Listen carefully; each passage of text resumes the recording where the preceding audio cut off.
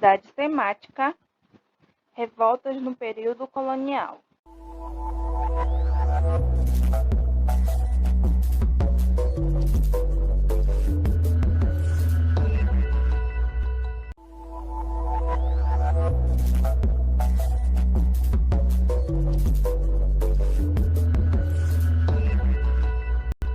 Habilidades: compreender sobre os movimentos nativistas e separatistas no período colonial.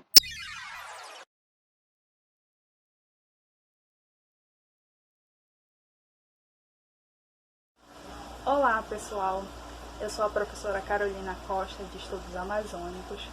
Sejam bem-vindos à nossa sala virtual, que foi criada com o objetivo de ajudar e facilitar os estudos em casa.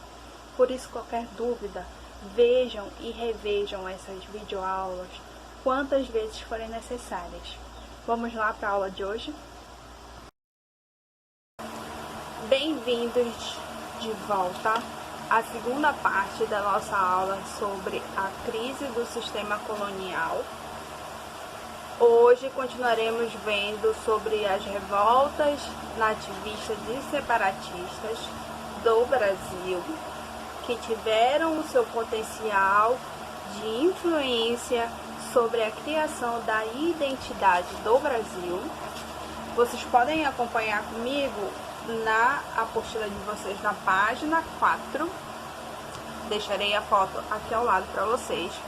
Veremos hoje a Inconfidência Mineira, a Conjuração Baiana e a Conspiração dos Suaçunas.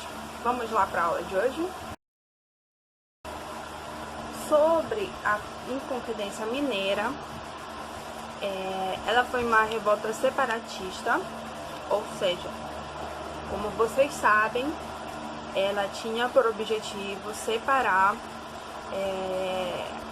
o estado de Minas Gerais de Portugal. Do Brasil também, né? Porque o Brasil todo pertencia a Portugal, e estava subjugado às leis, às normas de Portugal, e a ideia e o objetivo deles seria essa separação. O porquê? Bem, nesse momento da história do Brasil, já estava num processo de exploração de ouro, os metais preciosos já haviam sido encontrados. Nós sabemos que à primeira vista não encontraram e exploraram as drogas do sertão. Logo depois houve o plantio de açúcar, uma ótima produção e ascensão, digamos assim, né, econômica por conta da plantação de açúcar no Brasil. E neste momento foram descobertas uma das maiores minas de ouro, localizada em Minas Gerais, e a partir daí se iniciou esse processo de exploração do ouro. O que aconteceu? Portugal acabava por ainda estar muito preso à questão da crise econômica que eles sempre passavam, essa instabilidade, as revoltas que já estavam acontecendo no Brasil por conta da insatisfação da exploração que a coroa fazia com a colônia do Brasil, né? Portugal cobrava impostos muito altos da colônia, principalmente em relação a ouro. Por exemplo, eles cobravam 1.500 quilos de ouro por ano, sabe? Era quase que absurdo. E chegou um momento que foi tão explorado, que esse ouro, na verdade, foi se esgotando, foi acabando, mas mesmo assim, essas cobranças de taxas, de impostos não diminuíam, por mais que a produção diminuísse. E chegou um momento, que foi em 1789, foi quando aconteceu a revolta, que foi decretado a derrama pela coroa portuguesa. O que era a derrama? Era que se esse explorador de ouro, esse colono não pagasse a coroa o imposto destinado, a taxa destinada, por decreto da derrama, os soldados poderiam entrar na casa dessa pessoa e levar os bens que fossem necessários para pagar a dívida que eles tinham com a coroa. Esse foi o decreto da derrama. E o que gerou mais ainda uma insatisfação e uma revolta, né, da população. A Inconfidência, apesar dela ter muito a liderança da alta classe, essas coisas, ela tinha muito esse caráter popular também. A população meio que participou. Um dos líderes foi Joaquim José da Silva Xavier, mais conhecido como Tiradentes, mas também tinha participação de outras pessoas da classe média alta ou até da alta classe social. A revolta ela terminou quando um deles delatou o movimento para a coroa, e Tiradentes, que é o símbolo da Inconfidência Mineira até hoje, né? Ele foi condenado à morte e foi enforcado em praça pública, e parte do seu corpo foi distribuído pela colônia para servir como exemplo. Só que apesar da Inconfidência Mineira não ter realmente chegado a um conflito com a coroa, ela foi muito marcante, muito pela participação da população, né?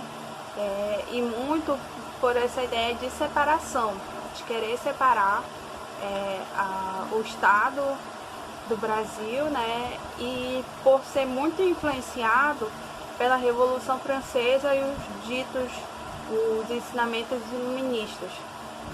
Ela tinha uma base teórica muito forte da questão da formação do social e dessa independência, né?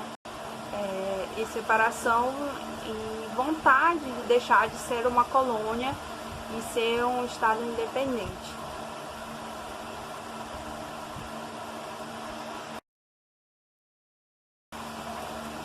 Vamos à Conjuração Baiana.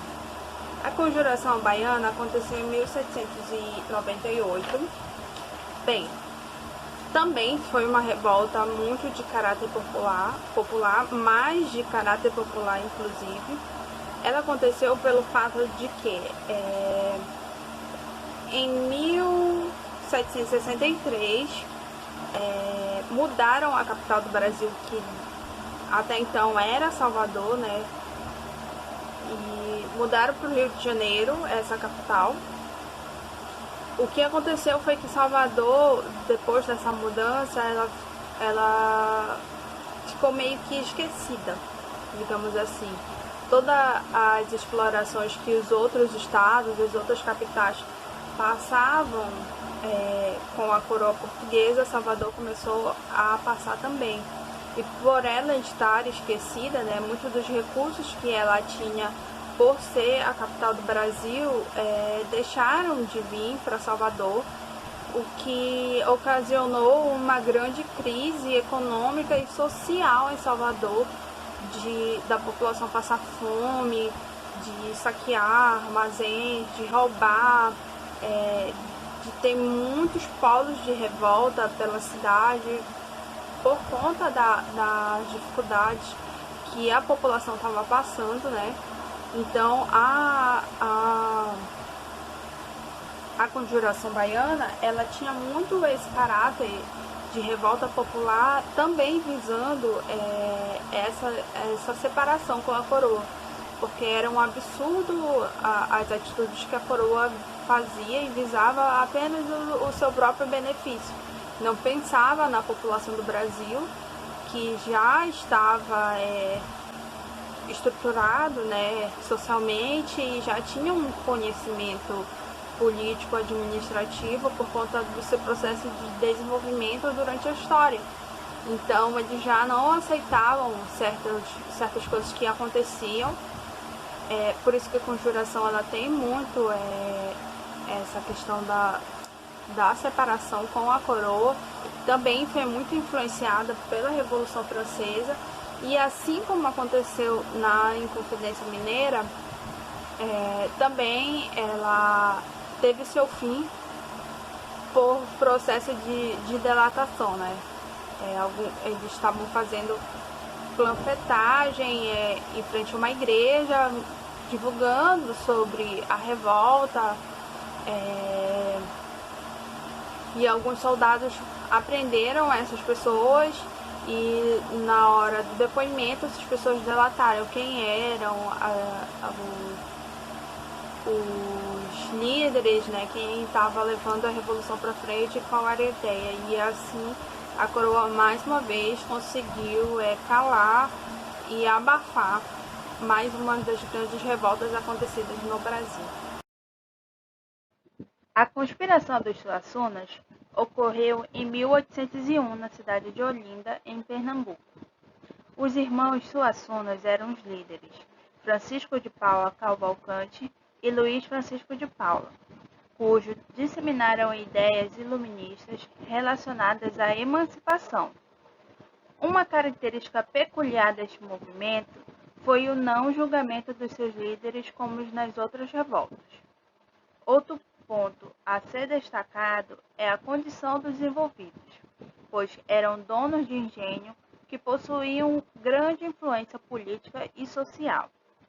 Mas a verdade é que antes mesmo do movimento deixar o campo das ideias, foram denunciadas as reuniões, mas que por falta de provas não foi para a frente, nem o movimento e nem a repressão.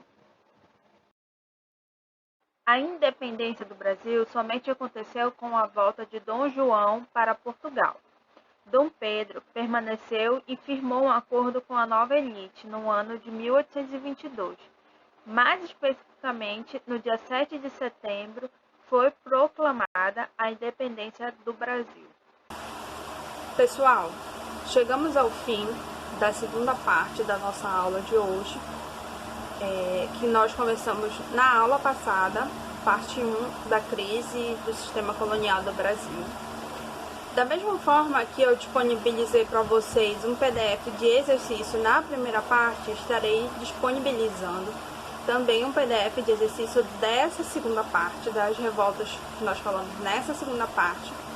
Eu espero que tenha ficado bem claro para vocês, mas se não ficou, lembrem que vocês têm a apostila para consulta, vocês também têm a mim para tirar qualquer dúvida, deixem os comentários, entrem em contato, mas não deixem de estudar em casa. Eu espero que vocês estejam bem. Esse foi o nosso último conteúdo do nosso segundo bimestre. Espero que nós possamos nos encontrar mais em breve.